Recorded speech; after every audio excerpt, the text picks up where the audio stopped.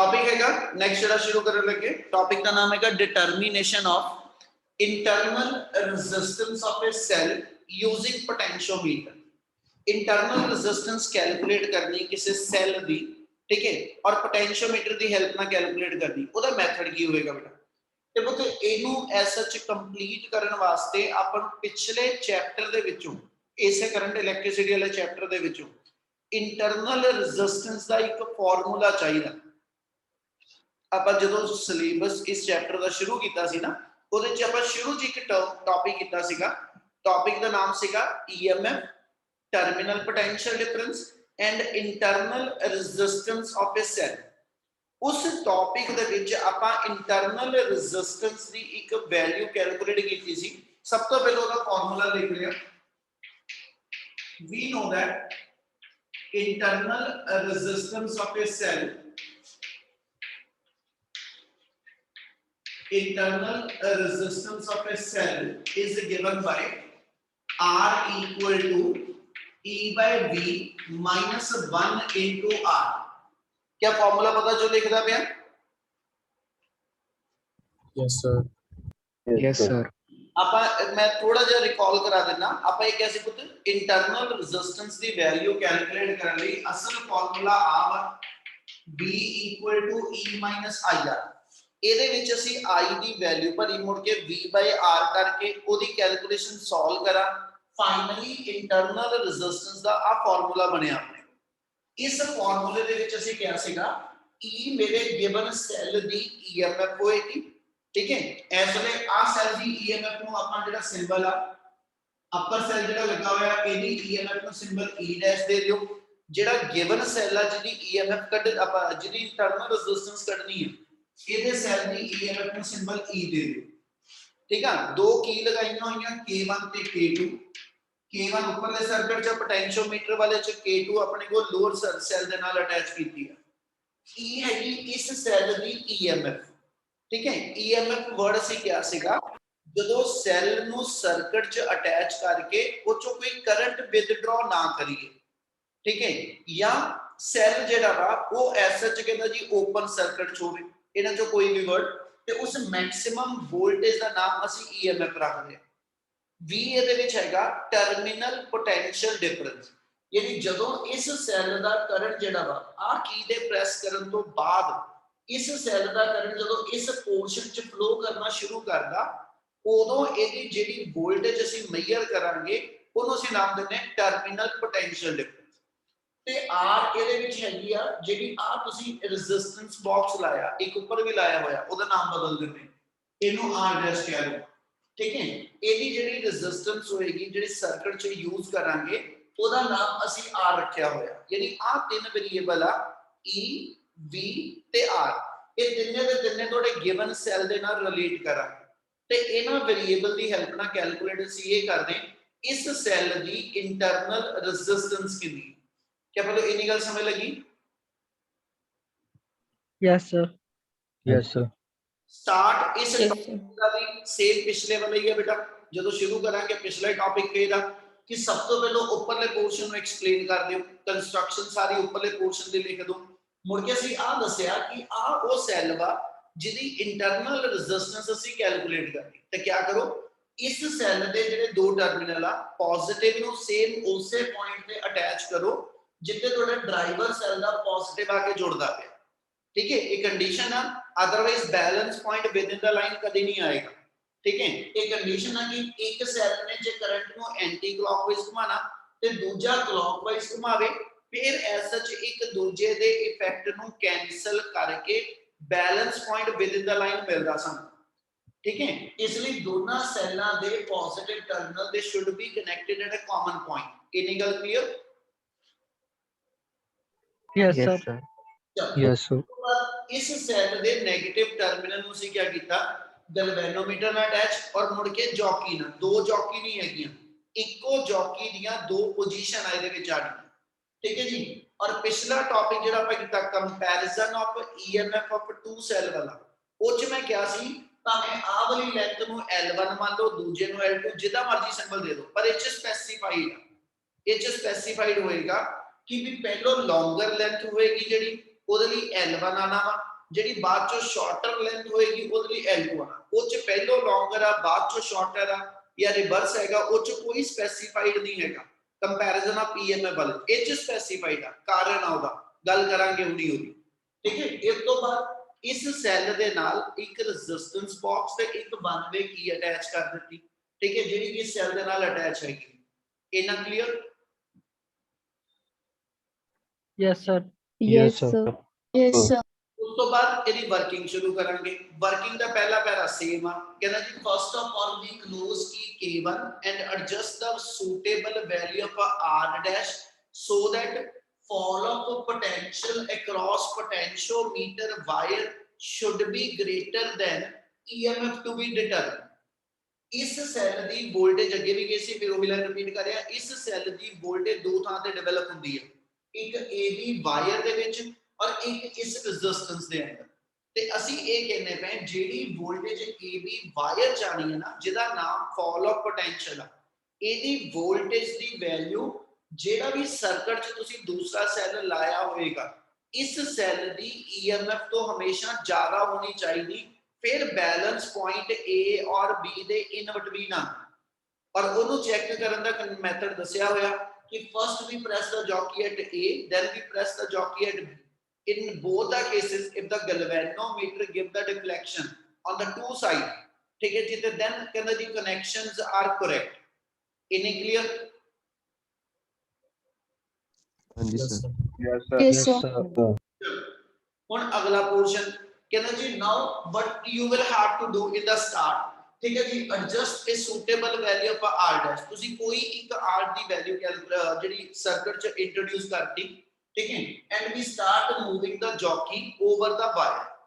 ਆਹ ਵਾਰੀ ਕੀ ਹਜੇ ਪ੍ਰੈਸ ਨਹੀਂ ਕੀਤੀ ਬੇਟਾ, ਇਹਦਾ ਮਤਲਬ ਇਹ ਹੋ ਗਿਆ ਇਸ ਆਰਮ ਦੇ ਅੰਦਰ ਹਜੇ ਕੋਈ ਕਰੰਟ ਫਲੋ ਨਹੀਂ ਕਰ ਰਿਹਾ। ਇਹਦਾ ਮਤਲਬ ਇਸ ਸੈੱਲ ਦਾ ਜਿੰਨਾ ਵੀ ਕਰੰਟ ਆ, ਇਸ ਸੈੱਲ ਦਾ ਜਿੰਨਾ ਵੀ ਕਰੰਟ ਆ, ਉਹ ਇਸ ਵੇਲੇ ਇੰਨੇ ਹਿੱਸੇ ਦੇ ਵਿੱਚ ਫਲੋ ਕਰਦਾ ਪਿਆ। ਆਹ ਪੋਰਸ਼ਨ ਆ ਜਿੱਥੋਂ ਦੀ ਉਹ ਕਰੰਟ ਫਲੋ ਕਰਕੇ ਆਉਂਦਾ ਪਿਆ, ਜਿਹਦੇ ਕਰਕੇ A ਤੋਂ ਲੈ ਕੇ ਕੋਈ ਵੀ ਗਿਵਨ ਪੁਆਇੰਟ ਤੱਕ ਹਨਾ ਇਸ ਸੈੱਲ ਦੀ ਵੋਲਟੇਜ ਡਿਵੈਲਪ ਹੁੰਦੀ ਪਈ। ਦੂਜੇ ਪਾਸੇ ਇਸੇ ਵਾਇਰ ਦੇ ਵਿੱਚ ਇਸ ਸੈੱਲ ਦੀ ਵੀ ਵੋਲਟੇਜ ਹੈਗੀ ਹੈ। ਠੀਕ ਹੈ, ਮੰਨ ਲਓ ਇਸ ਸੈੱਲ ਦੇ 10 ਵੋਲਟ A ਤੋਂ B ਚ ਡਿਵੈਲਪ ਆ, ਆਹ ਸੈੱਲ ਤੁਹਾਡਾ 7 ਵੋਲਟ ਦਾ ਵਾ। ठीक है, तो जो मैं वायर के उत्ते मूव करता गया लेट मी से जो मैं 70 सेंटीमीटर ते पहुंचया है ना, ते galvanometer give the zero deflection. ते ਇਹਦਾ ਮਤਲਬ ਇਹ ਹੋਏਗਾ ਕਿ ਵੀ ਇਹਦੇ 70 ਸੈਂਟੀਮੀਟਰ ਪੋਰਸ਼ਨ ਦੇ ਵਿੱਚ ਜਿੰਨੀ ਇਹਦੀ ਟੋਟਲ ਵੋਲਟੇਜ ਆ ਤੇ ਜਿੰਨੀ ਇਸ ਸੈੱਲ ਦੀ ਵੋਲਟੇਜ ਦਾ ਕੁਝ ਪੋਰਸ਼ਨ ਇਸ ਸੈੱਲ ਦੇ 12 ਵੋਲਟ ਨੇ, 12 ਵਿੱਚੋਂ 2 ਵੋਲਟ ਇਹਦੇ ਕੋਲ ਆ ਤੇ 10 ਵੋਲਟ A ਤੋਂ ਲੈ ਕੇ B ਦੇ ਵਿੱਚ ਆ। ਤੇ ਜੇ ਜੌਕੀ ਨੇ J ਪੁਆਇੰਟ ਤੇ ਡਿਫਲੈਕਸ਼ਨ 0 ਦਿੱਤੀ ਆ, ਤੇ ਇਹਦਾ ਮਤਲਬ A ਤੋਂ ਲੈ ਕੇ J ਵਾਲੇ ਪੋਰਸ਼ਨ ਦੇ ਵਿੱਚ ਜਿਹੜੀ ਵੋਲਟੇਜ ਤੁਹਾਡੀ ਜਿਹੜੀ ਆ ਡਰਾਈਵਰ ਸੈੱਲ ਦੀ ਇੰਨੇ ਹਿੱਸੇ 'ਚ ਡ੍ਰੌਪ ਹੋਈ ਹੋਏਗੀ, ਤੇ ਜਿਹੜੀ ਇੰਨੇ ਪੋਰਸ਼ਨ ਦੇ ਵਿੱਚ ਇਸ ਸੈੱਲ ਦੀ ਵੋਲਟੇਜ ਹੋਏਗੀ ਹਨਾ, ਉਹ ਇੱਕ ਦੂਜੇ ਦੇ ਨਾਲ ਕੈਂਸਲ ਹੁੰਦੀ ਪਈ, ਯਾਨੀ ਉਹਦੇ ਕਰਕੇ ਐਸਐਚ ਗੈਲਵੇਨੋਮੀਟਰ ਦੀ ਡਿਫਲੈਕਸ਼ਨ 0 ਆ ਰਹੀ। ਇਹਦਾ ਮਤਲਬ ਇਹ ਹੋਇਆ fall of potential across AJ due to driver cell and कहना जी EMF। मैं ਇਹਦੀ ਵੋਲਟੇਜ ਦਾ ਨਾਮ EMF ਬੋਲਾਂਗਾ ਇਸ ਕਰਕੇ ਕਿਉਂਕਿ ਇਹਦਾ ਕੋਈ ਵੀ ਕਰੰਟ ਥੱਲੜੇ ਪੋਰਸ਼ਨ 'ਚ ਜਾ ਕੇ ਵੋਲਟੇਜ ਡ੍ਰੌਪ ਇੱਥੇ ਨਹੀਂ ਕਰਦਾ ਪਿਆ। ਇਹਦੀ ਜਿੰਨੀ ਵੀ ਵੋਲਟੇਜ ਇਸ ਸੈੱਲ ਦੀ, ਮੰਨ ਲਓ 7 ਵੋਲਟ ਦੀ ਬੈਟਰੀ ਹੈ, ਇਹਦੇ 7 ਦੇ 7 ਵੋਲਟ ਜਿਹੜੇ ਨੇ ਉਹ ਇੰਨੇ ਹਿੱਸੇ ਦੇ ਵਿੱਚ ਡਿਵੈਲਪ ਹੁੰਦੇ। ਤੇ ਜੇ ਇਸ ਸੈੱਲ ਦੀ ਸਾਰੀ ਵੋਲਟੇਜ ਆ ਵਾਇਰ ਦੇ AJ ਪੋਰਸ਼ਨ ਚ ਡਿਵੈਲਪ ਹੁੰਦੀ ਪਈ ਤੇ ਇਸ ਸੈੱਲ ਦੀ ਸਾਰੀ ਵੋਲਟੇਜ ਦਾ ਨਾਮ EMF ਹੋਏਗਾ। Yes, sir. Yes, sir. Yes, sir. ਆਹ ਲਾਈਨ ਤੁਹਾਡੇ ਬਹੁਤ ਧਿਆਨ ਨਾਲ ਸਮਝਣ ਵਾਲੀ ਹੈਗੀ ਆ। ਕਿ ਇਹ ਗੱਲ ਸਮਝ ਲੱਗਦੀ ਵੀ ਸਾਰਿਆਂ ਨੂੰ? अरे रिपीट करियो लास्ट वाला। ਮੈਂ ਇਹ ਕਿਹਾ ਕਿ ਜਦੋਂ ਤੁਹਾਡੇ ਕੋਲ ਗੈਲਵੇਨੋਮੀਟਰ, ਤੁਸੀਂ ਜਦੋਂ ਐਸਐਚ ਉੱਪਰ ਕੋਈ ਰੈਜ਼ਿਸਟੈਂਸ ਐਡਜਸਟ ਕਰਕੇ ਕੀ K1 ਨੂੰ ਪ੍ਰੈਸ ਕਰਤਾ, ਸਰਕਟ ਦੇ ਅੰਦਰ ਕਰੰਟ ਘੁੰਮਣਾ ਸ਼ੁਰੂ ਹੋ ਗਿਆ ਤੇ ਜਦੋਂ ਕਰੰਟ ਫਲੋ ਕਰਦਾ ਤੇ ਉਹ ਪੋਟੈਂਸ਼ੀਅਲ ਡਿਫਰੈਂਸ ਡਿਵੈਲਪ ਕਰਦਾ। ਅਸੀਂ ਉਹਨੂੰ ਇਹ ਕਹਿੰਦੇ ਪਏ ਕਿ ਜਦੋਂ ਇਸ ਸੈੱਲ ਦਾ ਕਰੰਟ ਜਿਹੜਾ ਵਾ ਉਹ ਇਸ ਮੂਵਮੈਂਟ ਦੇ A ਤੋਂ B ਵੱਲ, B ਤੋਂ ਬਾਅਦ ਇਸ ਰੈਜ਼ਿਸਟੈਂਸ ਚੋਂ ਹੋ ਕੇ ਇੱਧਰ ਨੂੰ ਜਾ ਰਿਹਾ, ਤੇ ਉਹ A ਤੋਂ ਲੈ ਕੇ B ਵਾਲੇ ਪੋਰਸ਼ਨ ਦੇ ਵਿੱਚ ਆਪਣਾ ਉਸ ਥਾਂ ਤੋਂ ਨਿਕਲਣ ਵਾਸਤੇ, ਕਿਉਂਕਿ AB ਵਾਇਰ ਜਿਹੜੀ ਕਾਂਸਟੈਂਟ ਹੈ ਜਾਂ ਮੈਂਗਾਨੀਜ਼ ਦੀ ਆ ਤੇ ਉਹਦੀ ਹਾਈ ਰੈਜ਼ਿਸਟਿਵਿਟੀ ਦੇ ਕਰਕੇ ਇਥੋਂ ਦੀ ਨਿਕਲਣ ਵਾਲੇ ਕਰੰਟ ਨੂੰ ਵਰਕ ਕਰਨਾ ਪੈ ਰਿਹਾ। ਜਿਹੜਾ ਵਰਕ A ਤੋਂ B ਚੋਂ ਕਰਦਾ ਉਹਨੂੰ ਅਸੀਂ ਨਾਮ ਦਿੰਦੇ ਹਾਂ ਪੋਟੈਂਸ਼ੀਅਲ ਡਿਫਰੈਂਸ। ਅਸੀਂ ਪੋਟੈਂਸ਼ੀਅਲ ਡਿਫਰੈਂਸ ਬੋਲਣ ਦੀ ਥਾਂ ਤੇ ਉੱਥੇ ਵਰਡ ਬੋਲਦੇ ਪਏ ਫਾਲ ਆਫ ਪੋਟੈਂਸ਼ੀਅਲ। ਤੇ ਅਸੀਂ ਇਹ ਕਿਹਾ ਕਿ ਦੂਜੇ ਪਾਸੇ ਆ ਜਿਹੜਾ ਸੈੱਲ ਹੈਗਾ ਲਾਇਆ ਤੁਸੀਂ, ਇਹਦਾ ਕਰੰਟ ਥੱਲੇ ਨੂੰ ਤੇ ਆਂਦਾ ਨਹੀਂ ਪਿਆ, ਯਾਨੀ ਇੰਨੇ ਪੋਰਸ਼ਨ 'ਚ ਜਿੱਥੇ ਪੈਨ ਘੁਮਾਉਣਾ ਪਿਆ ਇੰਨੇ ਪੋਰਸ਼ਨ 'ਚ ਤੇ ਕੋਈ ਕਰੰਟ ਨਹੀਂ, ਯਾਨੀ ਇਸ ਸੈੱਲ ਦਾ ਫਿਰ ਜਿੰਨਾ ਵੀ ਕਰੰਟ ਆ ਉਹ E ਤੋਂ ਚੱਲ ਕੇ A ਤੋਂ ਚੱਲ ਕੇ J ਤੋਂ ਚੱਲ ਕੇ ਕਿੰਨਾ ਜੀ ਵਾਪਸ ਨੈਗੇਟਿਵ ਵੱਲ ਆਂਦਾ ਪਿਆ। ਜਦੋਂ ਇਹ ਵੀ ਕਰੰਟ ਵਾਇਰ ਦੇ ਇਸ ਪੋਰਸ਼ਨ 'ਚੋਂ ਨਿਕਲੇਗਾ ਤੇ ਇਹਨੂੰ ਵੀ ਇਥੋਂ ਨਿਕਲਣ ਵਾਸਤੇ ਵਰਕ ਕਰਨਾ ਪਊ। ਹਾਂਜੀ ਸਰ। Yes, sir. ਇਹਨੇ ਸੈੱਲ ਨੇ ਵੀ ਇਸੇ ਪੋਰਸ਼ਨ 'ਚ ਵਰਕ ਕੀਤਾ, ਇਹਨੇ ਆਪਣੇ ਕਰੰਟ ਦੇ ਫਲੋ ਨੂੰ ਕਲੌਕਵਾਈਜ਼ ਘੁਮਾਇਆ, ਇਹਨੇ ਉਸ ਪੋਰਸ਼ਨ 'ਚ ਆਪਣੇ ਕਰੰਟ ਦੇ ਫਲੋ ਨੂੰ ਐਂਟੀ ਕਲੌਕਵਾਈਜ਼ ਘੁਮਾਇਆ। ਇਹਦਾ ਮਤਲਬ ਇਹ ਹੋ ਗਿਆ ਦੋਨੋਂ ਇੱਕ ਦੂਜੇ ਦੇ ਇਫੈਕਟ ਨੂੰ ਅਪੋਜ਼ ਕਰਦੇ। ਜਦੋਂ ਇਸ ਸਿਚੁਏਸ਼ਨ ਦੇ ਅੰਦਰ ਅਸੀਂ ਜੌਕੀ ਜਿਹੜੀ ਆ ਕੀ ਪ੍ਰੈਸ ਕਰਕੇ ਰੈਜ਼ਿਸਟੈਂਸ ਕੱਢਣ ਤੋਂ ਬਾਅਦ ਜਦੋਂ ਮੈਂ ਜੌਕੀ ਮੂਵ ਕਰਨੀ ਸ਼ੁਰੂ ਕੀਤੀ ਤੇ ਜਦੋਂ ਮੈਂ ਜੌਕੀ J ਪੁਆਇੰਟ ਤੇ ਪ੍ਰੈਸ ਕੀਤੀ ਤੇ ਅਸੀਂ ਆਬਜ਼ਰਵ ਕੀਤਾ ਕਿ ਗਲਵੈਨੋਮੀਟਰ ਦੀ ਡਿਫਲੈਕਸ਼ਨ 0 ਹੋ ਗਈ। ਅਸੀਂ ਇਹਦੇ ਲਈ ਬਾਰ-ਬਾਰ ਇੱਕ ਲਾਈਨ ਕਹਿੰਦੇ ਗਲਵੈਨੋਮੀਟਰ ਦੀ ਡਿਫਲੈਕਸ਼ਨ 0 ਦਾ ਮਤਲਬ ਕੀ ਆ? ਕਹਿੰਦਾ ਮਤਲਬ ਦੋ ਵੋਲਟੇਜ ਆਪਸ ਵਿੱਚ ਇਕੁਅਲ ਆਈਆਂ। ਉਹ ਦੋ ਵੋਲਟੇਜ ਕਿਹਨੇ ਦਿੱਤੀਆਂ? ਇੱਕ ਅਸੀਂ ਕਹਿੰਦੇ ਜੀ ਡਰਾਈਵਰ ਸੈੱਲ ਦਿੰਦਾ, ਇੱਕ ਜਿਹੜਾ ਗਿਵਨ ਸੈੱਲ ਉਹ ਦਿੰਦਾ। ਹੁਣ ਉਹਦੇ ਲਈ ਬੋਲਣ ਦੇ ਵਰਡ ਕਿਹੜੇ ਨੇ? ਉਹਦੇ ਲਈ ਬੋਲਣ ਲਈ ਵਰਡ ਅਸੀਂ ਕਹਿੰਦੇ ਕਿ ਜਿਹੜਾ ਡਰਾਈਵਰ ਸੈੱਲ ਇਸ ਵਾਇਰ ਦੇ ਵਿੱਚ ਆਪਣੀ ਵੋਲਟੇਜ ਦਿੰਦਾ ਉਹਦਾ ਨਾਮ ਅਸੀਂ ਫਾਲ ਆਫ ਪੋਟੈਂਸ਼ੀਅਲ ਕਹਿੰਦੇ। ਇਹਦਾ ਮਤਲਬ fall of potential across the wire due to driver cell it should be equal to EMF of this cell across the wire. ਇਹ ਮਤਲਬ ਇਸ ਵਾਇਰ ਦੇ ਵਿੱਚ ਇਸ ਸੈੱਲ ਦੀ EMF ਤੇ ਇਸ ਸੈੱਲ ਦੀ ਕੁਝ ਵੋਲਟੇਜ ਜਿਹੜੀ A ਤੋਂ J ਵਾਲੇ ਹਿੱਸੇ 'ਚ ਹੋਏਗੀ ਜਿਹਦਾ ਨਾਮ ਫਾਲ ਆਫ ਪੋਟੈਂਸ਼ੀਅਲ ਆ। ਇਹ ਦੋ ਚੀਜ਼ਾਂ ਆਪਸ ਵਿੱਚ ਇਕੁਅਲ ਆਂਦੀ। ਕਿ ਆ ਲਾਈਨ ਸਮਝ ਲੱਗੀ ਸਾਰਿਆਂ ਨੂੰ? Yes sir. Yes, sir. देखो मैं सही था बेटा, क्या समझ लगी इतनी गल? Yes sir. Yes, sir. Yes, sir. Mathematically लिखिए जब अपन इधर लिख रहे क्लियर। ਜਦੋਂ ਆ ਕੀ ਪ੍ਰੈਸ ਨਹੀਂ ਉਸ ਦੇ ਅੰਦਰ ਕੰਡੀਸ਼ਨ ਕੀ ਆਈ ਕਿ ਜਿਹੜਾ E ਹੈਗਾ ਯਾਨੀ ਇਸ ਸੈੱਲ ਦੀ EMF ਹੈ ਨਾ ਇਹ ਬੈਲੈਂਸ ਹੋਈ VAJ ਨਾਲ, ਯਾਨੀ ਜਿਹੜੀ ਵੋਲਟੇਜ A ਤੋਂ ਲੈ ਕੇ J ਤੱਕ ਆਈ ਆ ਠੀਕ ਹੈ ਜੀ ਉਹ ਵੋਲਟੇਜ ਇਸ ਸੈੱਲ ਦੀ EMF ਨਾਲ ਬੈਲੈਂਸ ਆ। ਬਟ ਅਸੀਂ ਕੀ ਸੀਗਾ ਬਟ VAJ ਇਹਨੂੰ ਅਸੀਂ ਲਿਖ ਦਿੰਦੇ KL1 देयरफॉर E ਦੀ ਵੈਲਿਊ ਆ ਗਈ KL1। ये मेरी फर्स्ट इक्वेशन बनी। क्या समझ लगी? Yes, sir. Yes. Yes, sir. ਹੁਣ ਅੱਗੇ ਕੰਟੀਨਿਊ ਕਰ ਰਹੇ ਹਾਂ ਅਗਲਾ ਪੈਰਾ।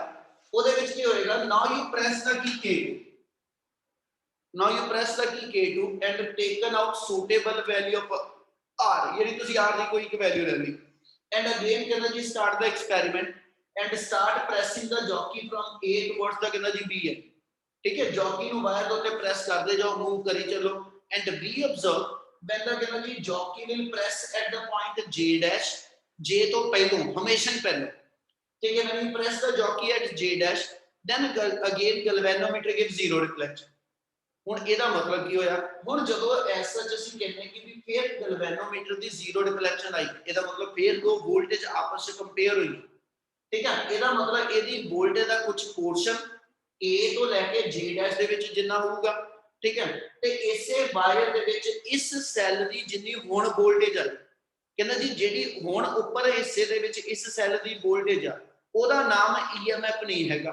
ਕਿਉਂ? ਉਹਦਾ ਕਾਰਨ ਇਹ ਹੋਏਗਾ ਕਿ ਜਦੋਂ ਇਸ ਪੁਆਇੰਟ ਤੋਂ ਠੀਕ ਹੈ ਜੀ ਤੁਸੀਂ ਆਹ ਚੀਜ਼ ਨੂੰ ਪ੍ਰੈਸ ਕਰ ਲਿਆ ਹੋਇਆ ਤੇ ਇਸ ਪੁਆਇੰਟ ਤੋਂ ਕਰੰਟ ਸੈਂਡ ਕਰਨ ਲੱਗੇ ਕਰੰਟ ਦੋ ਪਾਰਟ ਚ ਜਾਊਗਾ।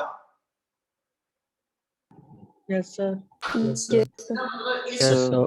ਦਾ ਜੇ ਮੰਨ ਲਓ ਇਹ 7 ਵੋਲਟ ਦੀ ਬੈਟਰੀ ਸੀ ਅੱਗੇ ਇਹਦੇ 7 ਦੇ 7 ਵੋਲਟ ਕਿਉਂਕਿ ਆਹ ਕੀ ਪ੍ਰੈਸ ਨਹੀਂ ਸੀ ਇਸ ਲਈ ਇਸ ਰੈਜ਼ਿਸਟਰ ਚ ਕੋਈ ਵੋਲਟੇਜ ਡ੍ਰੌਪ ਨਹੀਂ ਹੋਈ ਸੀ ਇਸ ਲਈ ਇਸ cell the sorry voltage A ਤੋਂ J ਚ ਬਣੀ ਸੀ।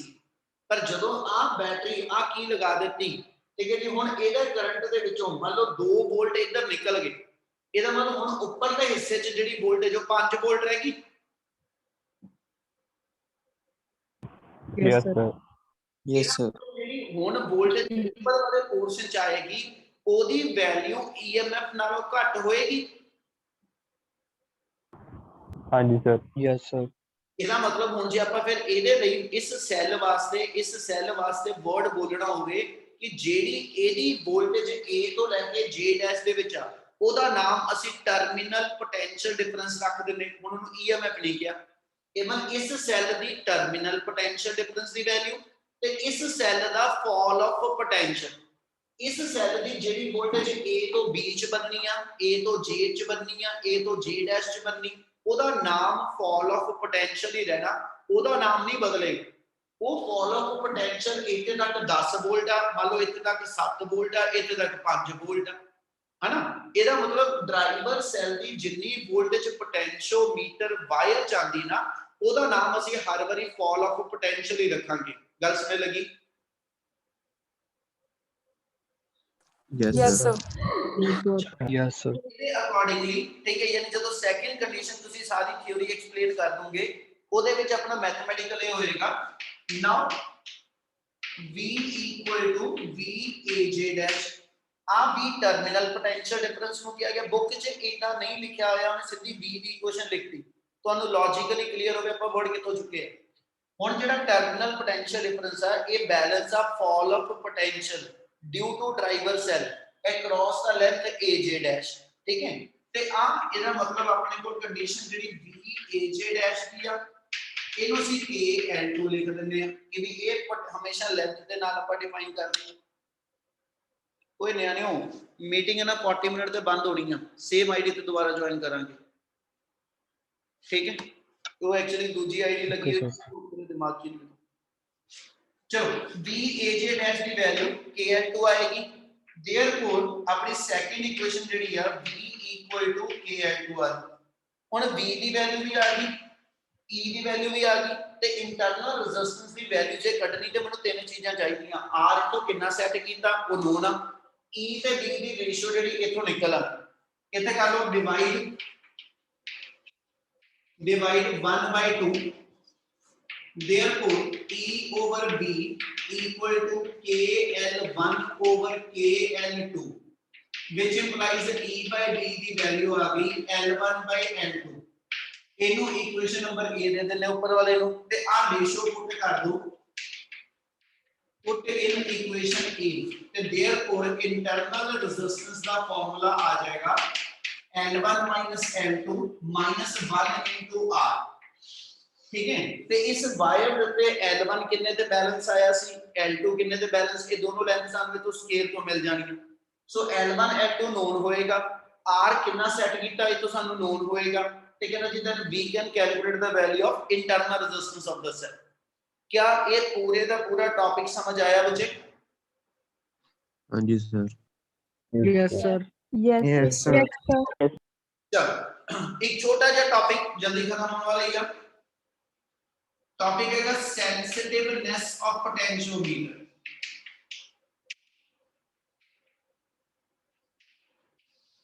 सेंसिटिवनेस ऑफ पोटेंशियोमीटर वाले टॉपिक च ने दसया की है बेटा, सिर्फ समझने वाली टॉपिक आ, मैथमेटिकली एक लाइन दा ही है सिर्फ। कहना मतलब डिवाइस ਤੁਹਾਡਾ ਕਿੰਨੀ ਐਸਐਚ ਛੋਟੀ ਤੋਂ ਛੋਟੀ ਰੀਡਿੰਗ ਦੇ ਸਕਦਾ, मतलब ਤੁਹਾਡੇ ਡਿਵਾਈਸ ਨੂੰ ਅਸੀਂ ਕਹਿੰਦੇ ਕਿ ਵੀ ਸਮਾਲ ਕਰੰਟ ਵੀ ਪਾਸ ਕਰੀਏ ਹਨਾ, ਤੇ ਅਸੀਂ ਉਹਦੇ ਨਾਲ ਵੀ ਪੋਟੈਂਸ਼ੀਅਲ ਡਿਫਰੈਂਸ ਮੇਜਰ ਕਰਨਾ, ਤੇ ਕਿੰਨਾ ਛੋਟੇ ਤੋਂ ਛੋਟਾ ਪੋਟੈਂਸ਼ੀਅਲ ਡਿਫਰੈਂਸ ਤੁਹਾਡਾ ਡਿਵਾਈਸ ਮੇਜਰ ਕਰ ਸਕਦਾ ਉਹ ਡਿਵਾਈਸ ਦੀ ਸੈਂਸਿਟੀਵਿਟੀ ਨੂੰ ਡਿਫਾਈਨ ਕਰਦਾ। ਜਿਵੇਂ ਆਪਾਂ ਐਗਜ਼ਾਮਪਲ ਦਈਏ ਕਿ ਵੀ ਮੰਨ ਲਓ ਤੁਹਾਡੇ ਕੋਲ ਕੋਈ ਪੋਟੈਂਸ਼ੀਓਮੀਟਰ ਆ, ਤੁਸੀਂ ਕਿਹਾ ਜੀ ਉਸ ਪੋਟੈਂਸ਼ੀਓਮੀਟਰ ਦੀ ਹੈਲਪ ਨਾਲ ਤੁਸੀਂ ਐਸ ਸੱਚ 1 ਵੋਲਟ ਤੋਂ ਛੋਟੀ ਰੀਡਿੰਗ ਨਹੀਂ ਲੈ ਸਕਦੇ, ठीक है। पर जे मैं एस सच ਉਹਦੇ 1 सेंटीमीटर लेंथ ना मैं 0.1 वोल्ट मेजर कर सका ਤੇ मैं कहूंगा जी रीडिंग ज्यादा एक्यूरेट। ਇਹ ਮਤਲਬ ਜਿੰਨਾ डिवाइस ਦਾ लीस्ट काउंट छोटा ਹੁੰਦਾ ਚਲਾ ਜਾਏਗਾ ਉਨੀ ਹੀ डिवाइस ਦੀ एक्यूरेसी ਜਿਹੜੀ ਆ सेंसिटिवनेस ਜਿਹੜੀ ਆ ਉਹ ਇਨਕਰੀਜ਼ ਹੁੰਦੀ ਜਾਊ। ਗੱਲ ਸਮਝ ਲੱਗੀ ਬੇਟਾ? मैं Yes, sir. ਆਪਾਂ Yes, sir. ਆਪਾਂ ਬੁੱਧ ਇੱਕ ਟਰਮ ਕੀਤੀ ਆ ਕੇ ਕਿਹਾ ਸੀ ਪੋਟੈਂਸ਼ੀਅਲ ਗ੍ਰੇਡੀਐਂਟ ਨੂੰ, ਔਰ ਇਹੀ ਪੋਟੈਂਸ਼ੀਅਲ ਗ੍ਰੇਡੀਐਂਟ ਤੁਹਾਡੇ ਪੋਟੈਂਸ਼ੀਓਮੀਟਰ ਦਾ ਲੀਸਟ ਕਾਊਂਟ ਵੀ ਦੱਸਦਾ। ਆਪਾਂ ਇਹਦਾ ਫਾਰਮੂਲਾ ਲਿਖਿਆ ਸੀ k ਹੁੰਦਾ v/l, ਠੀਕ ਹੈ। ਜੇ ਆਪਾਂ ਹੁਣ ਪੋਟੈਂਸ਼ੀਓਮੀਟਰ ਦਾ ਜਿਹੜਾ ओरिजिनल ਸਰਕਟ ਜਿੱਚ 400 ਸੈਂਟੀਮੀਟਰ ਤਾਰ ਦਿਖਾਈ ਸੀ, ਵਾਇਰ ਦਿਖਾਈ ਸੀ ਹਨਾ, ਉਹਦੀ ਗੱਲ ਕਰਾਂ, ਉਹ ਚ ਮੈਂ ਐਗਜ਼ਾਮਪਲ ਦਿੱਤੀ ਸੀ। ਮੰਨ ਲਓ ਤੁਹਾਡੇ ਕੋਲ 400 ਵੋਲਟ ਜਿਹੜੀ ਬੈਟਰੀ ਆ, ਜਿਹੜੀ ਅਸੀਂ ਪੋਟੈਂਸ਼ੀਓਮੀਟਰ ਨੂੰ ਡਰਾਈਵਰ ਸੈੱਲ ਤੇ ਲਾਈ ਹੋਈ ਆ, ਤੇ 400 ਸੈਂਟੀਮੀਟਰ ਮੇਰੀ ਵਾਇਰ ਦੀ ਲੈਂਥ ਆ, ਤੇ ਇਹਦਾ ਮਤਲਬ ਮੇਰੇ ਡਿਵਾइस ਦਾ ਲੀਸਟ ਕਾਊਂਟ 1 ਵੋਲਟ ਪਰ ਸੈਂਟੀਮੀਟਰ ਆ। ਮਤਲਬ ਇਸ ਪੋਟੈਂਸ਼ੀਓਮੀਟਰ ਨਾਲ ਜਿਹਦਾ ਆ ਲੀਸਟ ਕਾਊਂਟ ਆਂਦਾ ਹੋਏਗਾ, ਇਹਦਾ ਮਤਲਬ ਇਹਦੇ 1 ਸੈਂਟੀਮੀਟਰ ਨਾਲ ਮੈਂ 1 ਵੋਲਟ ਤੋਂ ਛੋਟੀ ਰੀਡਿੰਗ ਨਹੀਂ ਲੈ ਸਕਦਾ। ਪਰ ਜੇ ਮੈਂ ਐਸਐਚ ਡਿਵਾइस ਦੀ ਸੈਂਸਿਟਿਵਨੈਸ ਵਧਾਣੀ ਆ ਤਾਂ ਦੋ ਮੈਥਡ ਆ। ਕਹਿੰਦਾ ਵੀ ਜੇ ਮੈਂ ਐਸਐਚ ਸੈਂਸਿਟਿਵਨੈਸ ਵਧਾਣੀ ਆ ਤੇ ਮੈਨੂੰ ਕੇ ਨੂੰ ਘਟਾਣਾ ਪੈਣਾ, ਲੀਸਟ ਕਾਊਂਟ ਛੋਟਾ ਕਰਨਾ ਚਾਹਾਂਗਾ, ਤੇ ਕੇ ਨੂੰ ਛੋਟਾ ਕਰਨ ਦਾ ਮੈਥਡ ਇਹ ਆ, ਜਾਂ ਤਾਂ ਮੈਂ v ਨੂੰ ਰਿਡਿਊਸ ਕਰਾਂ ਜਾਂ ਮੈਂ l ਨੂੰ ਇਨਕਰੀਜ਼ ਕਰਾਂ, ਠੀਕ ਹੈ। ਮੈਂ ਐਗਜ਼ਾਮਪਲ ਤੁਹਾਨੂੰ ਤੋਂ ਸ਼ੁਰੂ ਚ ਇੱਕ ਕਹੀ ਸੀ, ਵਾਇਰ ਜਿਹੜੀ ਪੋਟੈਂਸ਼ੀਓਮੀਟਰ ਤੇ ਆਪਾਂ ਯੂਜ਼ ਕਰਦੇ ਨਾ, ਉਹ ਤੁਸੀਂ 400 ਸੈਂਟੀਮੀਟਰ ਵਾਲੀ ਲੈ ਰਹੇ ਹੋ ਬੇਟਾ, ਕਿ ਤੁਸੀਂ 300 ਸੈਂਟੀਮੀਟਰ ਲੈ ਰਹੇ ਜਾਂ 700 ਸੈਂਟੀਮੀਟਰ ਲੈ ਰਹੇ।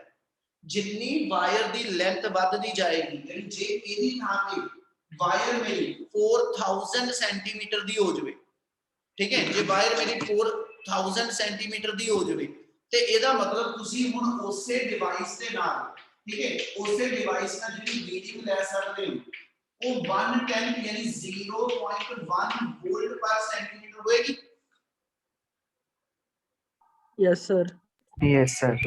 ਜਿਹੜਾ ਤੁਹਾਡਾ ਪੋਟੈਂਸ਼ੀਓਮੀਟਰ ਆ, ਜੇ ਅਸੀਂ ਉਹਦੀ ਬੈਟਰੀ ਨਹੀਂ ਬਦਲ ਸਕਦੇ ਡਰਾਈਵਰ ਸੈੱਲ ਦੀ, ਤੇ ਕਹਿੰਦਾ ਵੀ ਲੈਂਥ ਵਧਾ ਦਿਓ।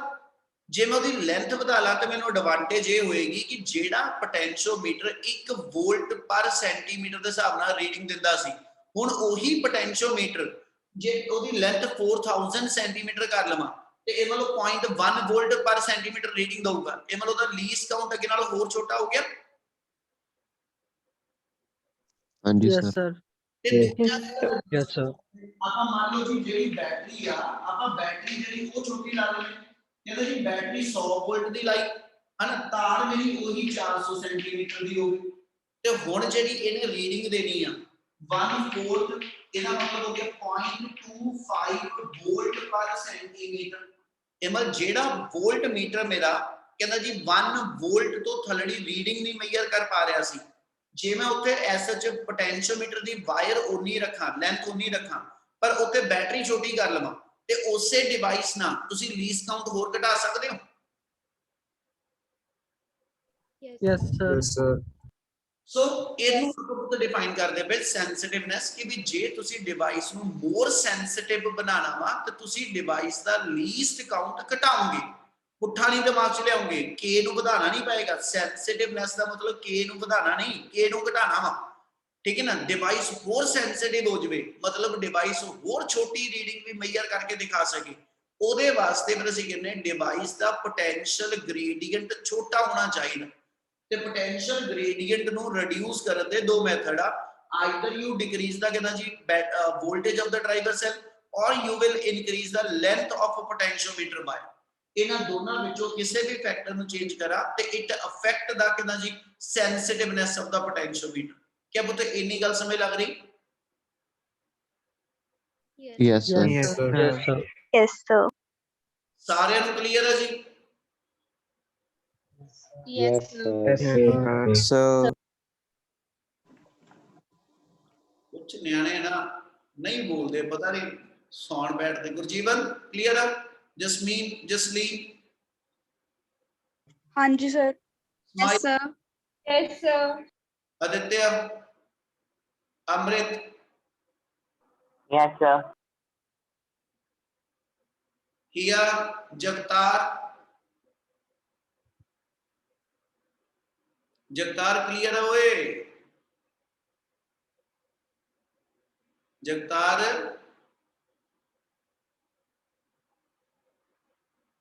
ये हुण पता नहीं क्लास ऑन करके इधर उधर होने के लिए हुंदा तुहाडा। कीर्ति क्लियर है? Kritika Yes, sir.